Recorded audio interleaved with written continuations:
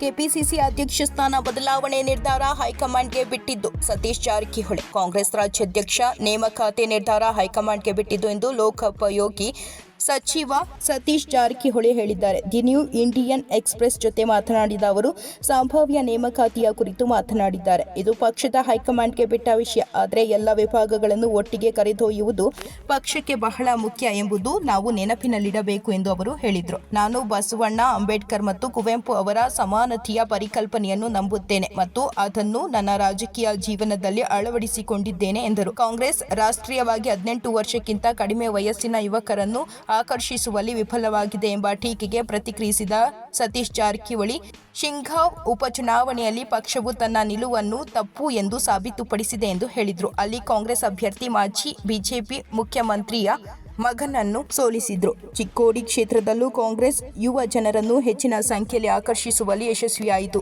ಸಂಸತ್ತಿನ ಸ್ಥಾನದಲ್ಲಿ ಬಿಜೆಪಿಗೆ ಪ್ರತಿಸ್ಪರ್ಧಿಯಾಗಿ ಹೈಕಮಾಂಡ್ ನನಗೆ ಅವಕಾಶ ನೀಡಿದೆ. ಶಿಗ್ಗಾಂವ್ ಮಾದರಿಯಲ್ಲಿ ರಾಜ್ಯದಲ್ಲಿ ಹೆಚ್ಚಿನ ಸಂಖ್ಯೆಯಲ್ಲಿ ಯುವಕರನ್ನು ಆಕರ್ಷಿಸಲು ಬಳಸಬಹುದು ಎಂದು ಅವರು ಹೇಳಿದರು. 2028ರ ವಿಧಾನಸಭಾ ಚುನಾವಣೆಯ ಬಗ್ಗೆ ಮಾತನಾಡಿದ ಕಾಂಗ್ರೆಸ್, ಎನ್ಡಿಎ ಮೈತ್ರಿ ವಿರುದ್ಧ ಸ್ಪರ್ಧಿಸುವ ನಿರೀಕ್ಷೆ ಇದೆ. ಅಂತಹ ಸನ್ನಿವೇಶದಲ್ಲಿ ಪಕ್ಷದ ಕಾರ್ಯಕ್ಷಮತೆಯ ಬಗ್ಗೆ ಕೆಲವರು ಟೀಕೆಗಳನ್ನು ವ್ಯಕ್ತಪಡಿಸುತ್ತಿದ್ದಾರೆ.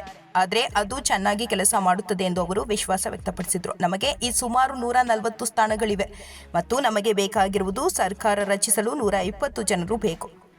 2028ರಲ್ಲಿ ನಾವು ಉತ್ತಮವಾಗಿ ಕಾರ್ಯನಿರ್ವಹಿಸುತ್ತೇವೆ ಮತ್ತು ನಮ್ಮ ಸ್ಥಾನಗಳನ್ನು ಉಳಿಸಿಕೊಳ್ಳುತ್ತೇವೆ ಎಂದು ಜಾರಕಿಹೊಳಿ ಹೇಳಿದರು. ಕೆಪಿಸಿಸಿ ಅಧ್ಯಕ್ಷರಾದರೆ ಉತ್ತರ ಕರ್ನಾಟಕದಲ್ಲಿ ಪಕ್ಷದ ಯಶಸ್ಸಿಗೆ ಏನು ಮಾಡುತ್ತೀರಿ ಎಂಬ ಪ್ರಶ್ನೆಗೆ ಉತ್ತರಿಸಿದ ಅವರು, ಡಾಕ್ಟರ್ ಜಿ. ಪರಮೇಶ್ವರ, ದಿನೇಶ್ ಗುಂಡೂರಾವ್ ಮತ್ತು ಡಿಕೆ ಶಿವಕುಮಾರ್ ನಂತರ ಸುಮಾರು 15 ವರ್ಷಗಳಲ್ಲಿ ಆ ಪ್ರದೇಶದಲ್ಲಿ ಮೊದಲ ಅಧ್ಯಕ್ಷರಾಗಿರುತ್ತೇನೆ ಎಂದು ಅವರು ಹೇಳಿದರು. ಈ ಬಾರಿ ಉತ್ತರ ಕರ್ನಾಟಕದಲ್ಲಿ ಪಕ್ಷವು ಉತ್ತಮ ಪ್ರದರ್ಶನ ನೀಡಿದೆ ಮತ್ತು 2028ರಲ್ಲಿಯೂ ಹೆಚ್ಚಿನ ಸಂಖ್ಯೆಯ ಸೀಟ್ಗಳನ್ನು ಉಳಿಸಿಕೊಳ್ಳುವುದಾಗಿ ತಿಳಿಸಿದರು. ಪಕ್ಷದ ಪ್ರಬಲ ಲಿಂಗಾಯತ ಸಮುದಾಯದ ಮತ ಪಾಲನ್ನು ಹೇಗೆ ಹೆಚ್ಚಿಸುವುದು ಎಂಬುದರ ಕುರಿತು ಪ್ರಶ್ನೆಗೆ ಉತ್ತರಿಸಿದ ಅವರು, ಹಲವಾರು ಪಕ್ಷದ ವೇದಿಕೆಗಳಲ್ಲಿ ಇದನ್ನು ಚರ್ಚಿಸಲಾಗಿದೆ. ಬಸವಣ್ಣನನ್ನು ರಾಜ್ಯದ ಸಾಂಸ್ಕೃತಿಕ ಐಕಾನ್ ಎಂದು ಘೋಷಿಸುವುದು ಸಾಗುವುದಿಲ್ಲ. ಲಿಂಗಾಯತರು ಮೊದಲಿನಿಂದ ಹೆಚ್ಚಿನ ಸಂಖ್ಯೆಯಲ್ಲಿ ಕಾಂಗ್ರೆಸ್ಗೆ ಮತ ಹಾಕುತ್ತಿರುವುದರಿಂದ ಈ ಬಾರಿ ನಮ್ಮ ಗಣನೀಯ ಪ್ರಮಾಣದ ಲಿಂಗಾಯತ ಮತಗಳು ಬಂದಿವೆ ಎಂದು ಜಾರಕಿಹೊಳಿ ಹೇಳಿದರು.